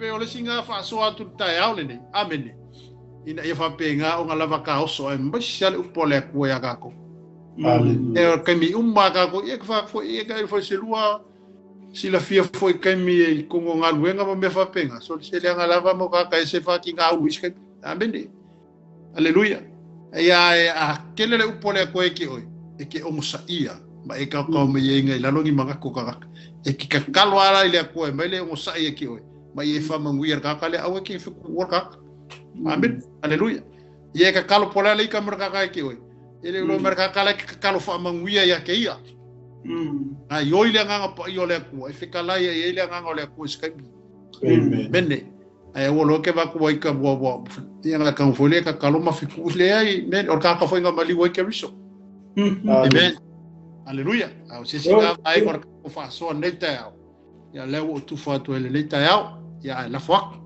sunga la tu lua me se for sunga ya mai ya o se fa po ngal ta tu ta pu le ta ya viele tu malo fa so pasta ya ona ole tato tala lava ole ola tanga ole ola po le tanga man maro bene foringa vole le tala ile tangata keusiano e fuala i nga Paulo le na fai ile kalesia le ne ya mautinoa o le ana man malo ia la apostolo i le kalesia le ona o fa o songa makala i fai mai le aleluya malo ya Paulo ele ngata ina man malo i le longi ya moki ngoala o le langi le apostolo aleluya mera se ka fole mo ka ku ya so kaunga pe o le ka kulkuria fole le ina ia tato o le lifestyle le kaunga ka ko vola pe o lifestyle la psikolo paulo ia ka ko loa ka kali ki nga upu makala na fai mai tagata ia so uma la mo ka ko fo launga le ka ki fo la o fale nganga aleluya na ia tato o le me kaunga ko o ye ka ko ola i le upule ka o le man malo aleluya mo ina ho le ia mene na fa so mai le fiso no i me i o futau ato to aleluya o le tau tala ho le tau tala no futau ho le o le tino o le fispau ia o le famaoni amen fata o le amiotonu aleluya ka o le fakokua e lai mako i mangingo le mai ala so o meia lena mau mai e la apostolo Paulo te milai tono fa pui lena ia vai e o tau ole vita Roma avai lena kangola apostolo le fai ole le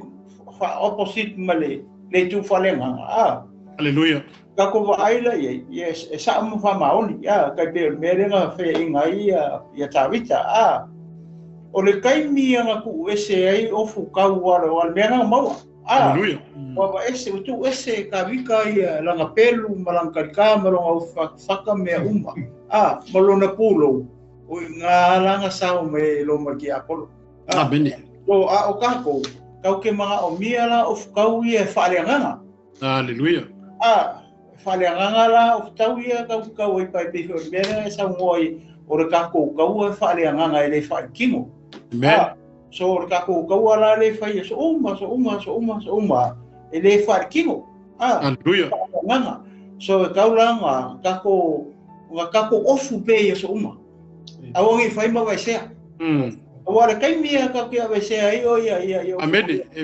nganga ia attack mai loe sakangi ma oi aisa langa wa lawai loe sakangi o lo weakness de o lo mafofa oi loe sakangi o lo vai le o lo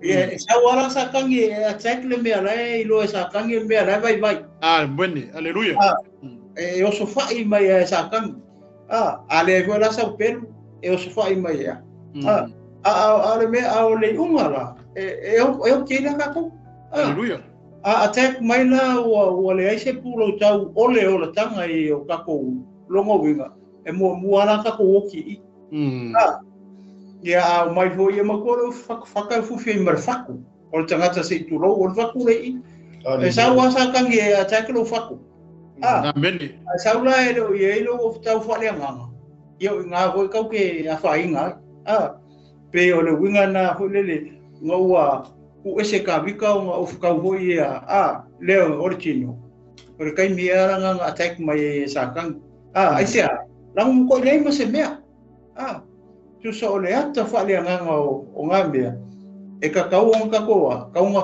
ki ka ko of ka ia yaso uma kai mi uma awangi ka kala ese ara nga of ta fa le nga le kau ki kau ko le fili e oso mai fili le mau fa ko ko oso mai fili o le mau sa io ia le Hamilton oso io lai e mau se vai io se vai la io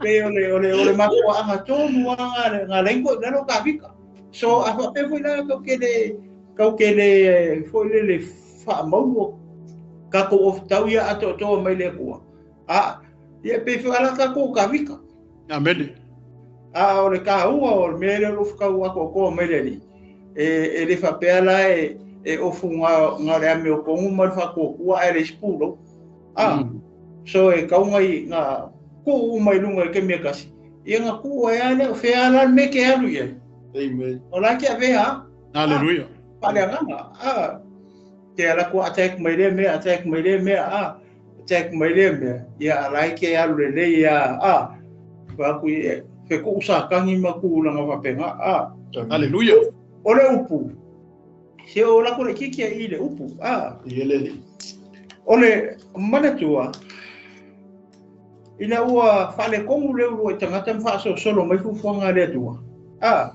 le alanga promise ai kua e moni ma fa maoni ho le ka ko fayaku ole winga ua rengo ko fa so ko fa sa u mo ma mele ongo Yesu Yesu ale ka kala Yohanes fu fa va ipo yo ko lua me ka kala Yesu o nei ole ala moni maleola olongo winga la o Yesu ole upu amen fa fete ka wa kuri ke mongi fa o ke fa ya ke oi ile es fo Yesu anu fa fo ole si me manga yai foi le fo fuanga le tua nga wanga salar ka ele ma faila nga fio mele ko pa ia wa fio mele ko pa ia lo winga fango ka ko uma pe un famel pe feka le isai ho mai o nga maka pe le mu o le afir ko au ele fainga ai se si le ngore ko pa ia le nga fia vai mo se ngor mau le ko u mai lo papa ko amen ai se ala nga le fai nga vai se si fu fonga o le ko mau la pe le ko pa ia ai fa tai le ko nga kafa la nga ko fai le lang le ala wali uking ka nga kalo le ala fa me yong mo morong foi pues pur marfa fai mai u ling tino tanga le upu vai la i usala ore upu o Yesu amen la ngare fa ka le yong mo fa mai sai le matanga le fa sa mo me nga ko ingor loko mai sai le matanga loko ka fai ka fa petani o le go mai sai le matanga le upu ole o le upu a sauru foi ko surfa ile one mua ma foi mai ua liu tino tangata le upu amen pela mera de o bakwela faso fa pego de o que o so ko il vai nga le fa ko sa o faso ile upu Aleluia. Wale. Amene. Ka fakuya. E suafa Yesu.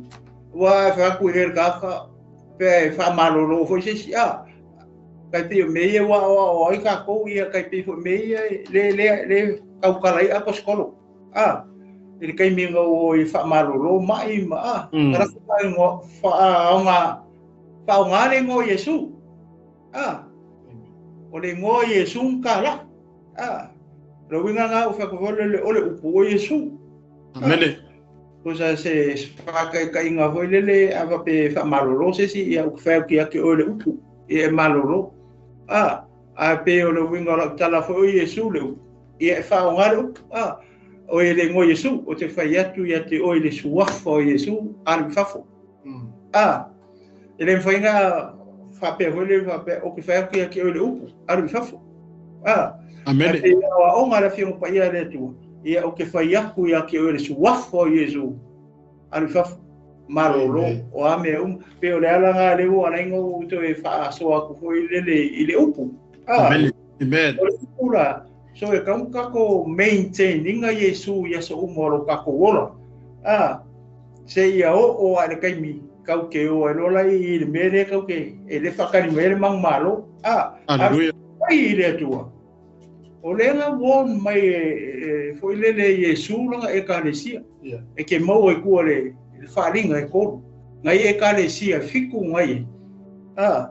Ko mai a Yesu I ekalesia o mai e o loa unga luen ia e salamo o ke wave al waku ele o ke wave al waku ia lau mai lola ia mal mangmalo o le mangmalo o ke waku ia le fa kanga ia ai le la o le mangmalo ia ka le sianga fik Amene. ai uma ke tau le ngor ka ko kai ia ka le sia ia fik e fa ai o ai fitalainga a Yesu o le manu malo maki ngofo fa kasi ma Amene. E lo kama o le mang malo o ile kau kala ye o le kau kala ya kako Aleluia. mai la le kai mingi ia o le kau ke malanga ka ofi o kako of kau fale nga inga ia kako malo mang malo inga ia kako o mele kau ke o e kako falong o kulo melo Yesu ia ulfal maya au ia marfa maong e ole mang malo ia sa la o le ona le mo fai ko ia Amene. Aleluia. ole kusi le vai le kusi le lo kusi lo mo e fa ai wa fe tala inga Yesu kusi fa linga e ka le singa fiku ile upule le pe ole o fa le ka fa nga pa mai o le manu malo ia pe o se ula le ko fa so so ku foi pasta ia Amene. Aleluia. Ke loa lua mangin wale ole li ngi wa ngola so ngole. Aleluia. Tato tai mi fo ia ma lole aso fo li fia. Ke lo eli kai kai ka kom ka fua pas. Amene ele. O pe koi ruoki vai aso kon ka pule. Ai ele tu ole mele o te fia tala noi fo io no le olanga manu le ala o mato I manino ia le faso fo le yesu ele ngata le upu ale tu ia o fukau ia nga kala mai e fai agua ole o mafau ale tu tino le ka ia wale se ko o fuongi o fu fika mangi Amene. O kali kama do super ki apolo po fele ai o ma ngai o kana le ko o mai e lo sumal ngias o ma fa la le tultino le ka ke ola o le kai mia male a do ka vikal ka wa apolo sa mo ave fa fonga mai ko amal fon ka kanu ko ama yang pongi ko ama e ka le upo le atua amen e ke le alu loi mea ia ma ko ke kala ngo ko upo le atua e o ma fa ka le kale sia so e ke le alu loi mea fa le mama atai klo ia Kalo lo matiapo. La curola ese vaya isca. Que ale wa tango for pulo boles. Me va ir que le vea la afa. Era un pulo, era pulo. No, pero le chulangan na huevo coisia soso, coyo mole manga ia moni mafa ya. Misie ia ako mo foi la. Ia ofu ia fale manga ko completely. Ia ele fa pe ma le pelo ke Amen. I sulu ngaki. Fa mau le ufi faka. Ia mau le foi sai vai. Que wa ya foi la ko este me le eu sei vai. Le se vai. Mesmo você vai cair. Ia pe no foi le sa pulo, vai.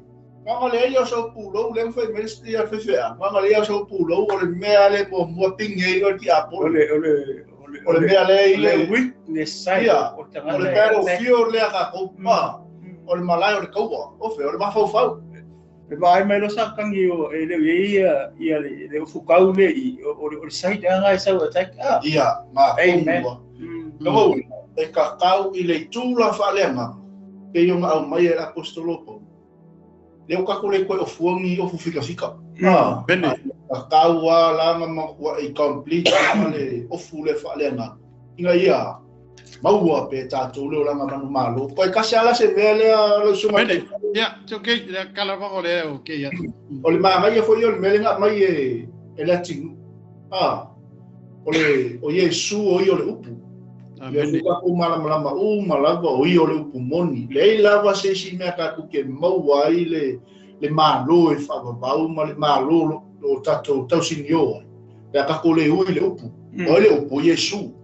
O le mela lo ke koe fia wa kua le fia finga I Samoa. O le kaimi ngā lua o si fia ngai ma Yesu. O le kaimi ngā lua o si fia ngai ma Yesu. Wai mang malo. Amen. Lui. Po le ala koe ngā ne ke lua whiko ai lau sawaringa. Po le ale ma mafa, po le ale ma kui. Ala ai lai whai upa iong ka ko kusia. Leo whai mai a Paulo ke le koe whai ako ase si kala inga nge ke iwo mika. Amen. Ai o ke kau kala I le whaalinga ngā mai e Yesu ke wiso. Ma le kaiminga, se fulu whakau sanga e ape no Yesu le langi sa toto. Pero ai le maa ngai o le whamalo se la posko. Inga nge I iau whamau o lunga. Kala le la posko. Na mangkualenga ko whaasofo. O kulanga le alua kuma la posko. Lo e leskama I kofinga. La posko. Mai lo la iopu. O ke le kaukala kula se upu. Ngai kei wo mika.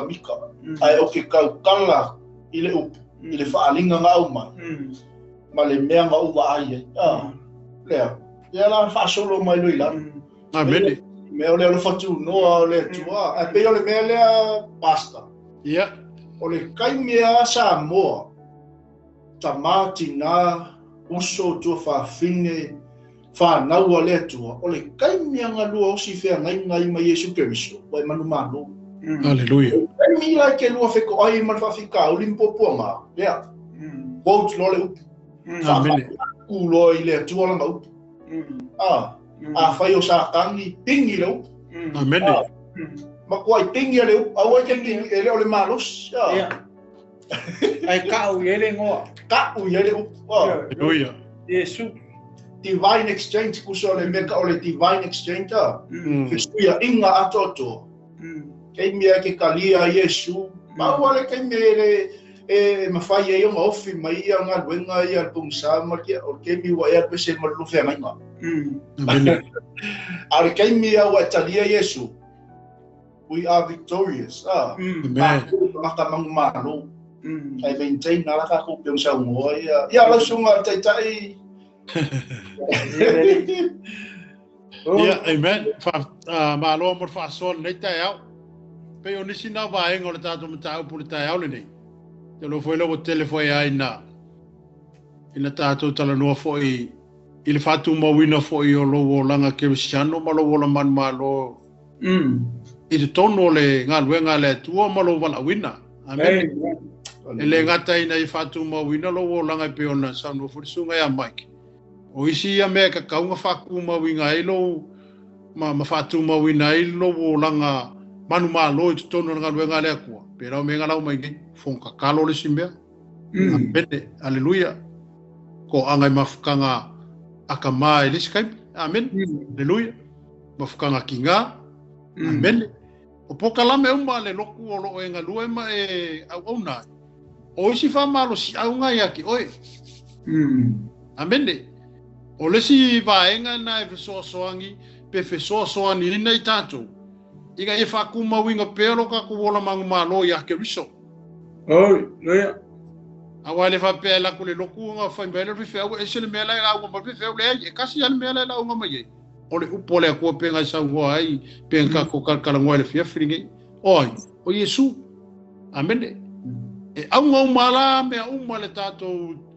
tulinga male tato sailinga lo tato wola manu malo ino ke riso ko kongo ka ko tangata oi loya amende awa a kelele upole tu pe ka ko kala ngo le fia fi a tele le fio ngale tu ngo kongo ka ko mang malo ma inga amende a foi fa me o me ka ko a wala va sa ungi mala va ta pena ta to I me le iwa yaki o fo ile fa ko kanga male poko mai le tu o ari I me ye pe unga ka ko kala ngoa ile ta au le nei au le sile va enga pe ona ta to fa so ile ta au le nei mo ta to tala no ai ile ta to wola manu malo ina o Yesu amen o si foi va enga fa pe na ona fe ye ka ko sura ka ko kala le ngori mele ka ko kala inga ye amende ai lo foi ko apo a me ngai haleluya amende awo ke kala foi le pe ke ka ngoa kala foi le pe nga fa ma ka kasi ko vai ngai e ka ko ya o sa kangi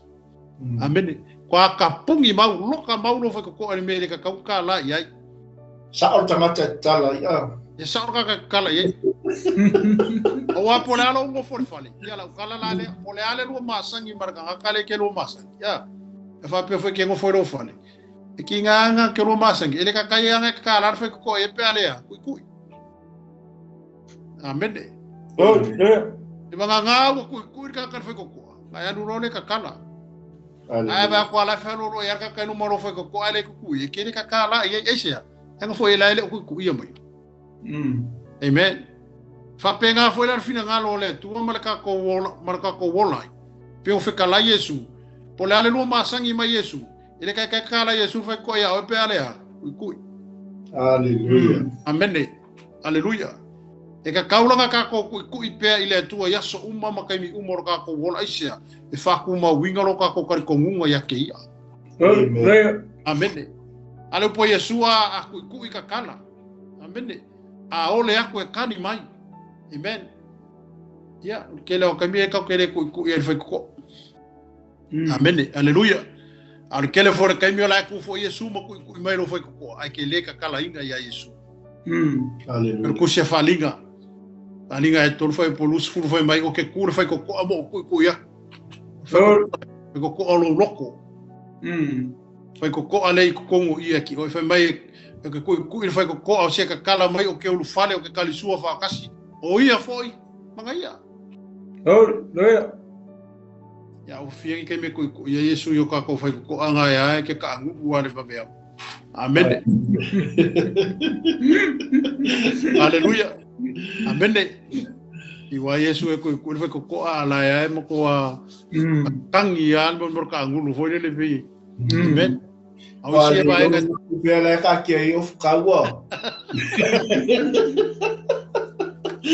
o si va nga ia peona to e fa mana ko ka ko nge ka mo foi la fa fuma e o fulo of ka pe ngo mako kala ngol ka ya nge amene o me umma ke alu yai ma me umma ke fe alu yai o lo yai ya le nga sala ma me umma ka ko ke yai amene ime o le fa ya kai ya le alanga mai le o le nga sala le ka o ko foi ko amene o se me ke alu ye le nga sala o le manga o me le nga sala ya ki oi amen mo yo la wa i me lo manga o ya oi amen ai ka kala ye lo manga o ma ka kala ye lo ma fo fo ile nga sala le ka o ko fai ko pa ile ke malanga lunga le nga sala ala ngala lunga nga sala ro fua afo lunga le nga sala ame e au ko ora tu ya kaino e oi la ka o ko sala fai ko mene wa o sia me nga kele nga pa o foi si kersia o foi fua ia la e o le loke a sala ia ele mene o ale si me nga le nga kele nga pa u ma feir ka ko o fa fangu foi lunga le nga sala awa ka kia le nga sala na ko o ia masoli le upu le upu na ka kolongo na ia costa fiu awa le loke Mangkula o lewa o mga may sule pule ya kako e soli ya te o lang sa soli ngaka ma karawang ya o le si foi ba nga wa mai le pule ai le no fo ngare pule ele e mai soli ya o ku loki o le si ba nga na pe foi fo ngare ya o mai ke al hoi aleluia ke ka ko fe ka ia ma fa fi ka uli ma me finga ka le olanga ngi ai a saura le jos fa ingar ki apo ko ma ko seki ya me ka unga ke ala kuma oi ma ro fuka mene wala me o mai di kai ngar sa wal purumbo ma ko fo ya mene ai a saura le pulo la eva ngose me o kingo ya ba mau oi la ko mai mai ko e lua sentimita o le pakora ya le ke ka ya o marka ko fo ya le upo le ya le wa ka lo ngor ka ko ka upo ngi yo le ka ka ko ka upo abede haleluya ai ta ya o male tato fa so ya mo fo yo lewa o me forsi o yor tato por kalame le ta ya ya ai male fa tai le tua o ngol ka ko si fa inga mara ka ko fiku fa inga ala le fionga le tua yo isi ya va inga fa penga o ka ko fa so ai amen ale u fa le fa ma ai le o me amen ina ia fa penga o nga tato nga lue ma ki ya e finga nga lo le ku ya e me se fo yo ro fa fonga mai mo mai tato por kalame ya e fa tu poi perta to nunga male ola man malo tato solo muri ngo fie ya le so fonga e fa ya kwala ga kala le o afa pe ke sa un ro ke alu le ron ke sia sa un ro le ke alu ke ai uma me ga ki fa amen aleluya o le ola ke sia mo le sia ola fa ngo fie be ai ala fa ngo fie me o nga we kari kongu mai fa ko ri swa fo yesu aleluia afu wa isi la fia mo tato ilo le olanga sa tato bolo mai le lolo ile fa ku la fo ngo me la laki me ki ha lua o ele asi se pule mai aki oi aleluia awali uliu nele so fu mo tato wola ile tua bo ye kai klein ba me bo fa singa mai ile tua ka ko ke uia bo ka ko sa vali ai ile ngaka yo ka ko malusi ayo ka ko kingi ma ka lo fa mo le ka ko ke aga ai ele ai kula mai e lusi aka ko pe aka ko le ole va e lusi lo ka ko ki nga e lusi lo ka ko mo fai pe a ole ka mi ka ko le ale langi le ko lo so fo mo lo la ka ko ya o ke ku fa pe mai le ko ke le lo oi ya ole ai me ya ole si va nga na tau fa malo si e ka ko yo ka ko ku mau fa o tanga le tu o vala winga e ka ko due mai e fa maungi pe for tato mata o pule le taia yo tato wola man malo ina ke riso yo ka ko wola mai e fa ku mauinga pero ka ko oli ake amen ngo fieka ko I con fikir ki apolo wai o risi vai gale sa ki apolo se or fa so songa mo bua ngai pa uai e ko sa ko au mai ake oi amen ele saula ele me sa mo bua a sa suir fainga mala wala mo ni mai ake oi al fa so songa kas a saula o lewa mau pu mata to mau tu le upole ko ele songa wala ya ta ka kon ele songa wala ya ka ko ne ta ya e se si vai ngai te lo to fi sa no ya te lo le muta ngale o ta to por kalame le ta ya o mrenga fa lo Ia, le tale ia tai wa mai atu ma le whaalalo pas. Ia le. Le ai, whaftai atu lau sunga whiwhi au, le ai te ilo le ua whailawa ia le sunga ia le atinu uma sui o le mai tūlangi fōi ma ki tatou sāse tolu nei asu. Ia e moli atu ia alofaanga ma I lau sunga fōi ma le aina ia me se fōi ia o le tatou o nanga ina I me pone, whaftai atu fōi sunga I whawhengainga ma le ia le kalesia mo le tapoinga me se fōi o na fotala mai ia le ua whai manu ia le o nanga nei aso. Whaftai lau sunga te whau. Aleluia. Ia, mana tu fōi nei tae au ma le tātou sila whainga e moli fōi le nganga whaftai tele tu sa fōi mo le tātou porkalame. Ia le au ngā ma le whamoimoi o tātou atina ina le whina ngalo le tua. Glory. Oi ona tu ina mai le ngā ia le ua walu Yesu le langi ia le ua mai le ngā luenga tātou te whaawa uina. Ngā luenga o ma le ngā luenga whatala. Ina ia tātou moli mawina le lei ma le whaamaoni o le tua. Ai manatu le rei tae au sa malau whaafungaga. Ia me se fōi ia o e mai mo mai ma paanga o le tātou TV. Ia, ia te lele tua ia te o le rei tae au. Mga luenga lo whawhenga iai. E whape nao na iei pēa leanga le lei o le tua. Pui ma leo le tua le soifua mo lo tātou wola. Ia, ai me se fōi lo tātou wola ina o leo langa ke wisiano mo lo tātou wola manu malo. E ala lava ia Yesu mo lo na whingalo. E au manatu wa si uilo le tātou whamui moi. Tātou mo le nā fōi vai aso lumanai. O se isi whapongo le tātou porkalame. Manatu o le ala tātou te talo. Ia mawhai le porkalame le leita e au. Ta mā, mātou whaftai at o le leita e au. Hallelujah. Me lau whanau le tua. Ia me se fōi whafonga anga lo atunu mai e mai mo mai. Hallelujah. Ano le tua ia whapenano whatu mawina lo mātou wolo manu malo ia at oe malo whingalo. Ia whapenano nei mātou ni mea whaingaluenga i o au. Ia mori mawina oe leli o se vaenga. Ma so se tu o atu hei le nei whaasalaunga lo mātou ta mā. Nga lua le mana lo wanganga I ai. Ina ngalo le tua. Oi foi se o lo whapena o na whaafonga. Li foi sana whiwhilinga le tua te talo. Foi le mana lo wanganga pa ia ta mā. Liwa ina ma whesuia ina le tua. Ia avea ma whanau a oe lo mātou le ie. Ia lau atunu. Whamruia I mātou uma. Whamruia I pule le TV. Ia whamruia foi le ala leo. Ia mai se foi le tua. Oe o lo whafonga mai. Ia iei o manuia I so se vaenga lo mai. Talo ia te oe le nei. So le ia tuinatu me uma ia te oe. Ono lo suafa ke viso o mātou wole mo mātou wala awa tuai. Amene. Amene. Ia o le whaingana re tātou porkalame le nei aso. Ia to o mai so onga mo le vai aso fau. Ia emi ia whato wha suifuina. To wha suifua. Samoa. O suma sa pasta o lo moli mai alo whaanga le suma I whawhengainga I Rokeni. Ia. Mai tātou I Kalesia o le Akapa International Ministry Samoa. Ia. Talo whatu I lau sunga o Keni ali whamuaina le tātou porkalame ia. Watua lenga ngā whaftai tele lau sunga ma le tua e me se foi le Kalesia mamalu. Ia, me se foi o le nā foi tua lo ngā lulue mai ai. Ia le tua le soifua o ona ma le soifua ngā lue.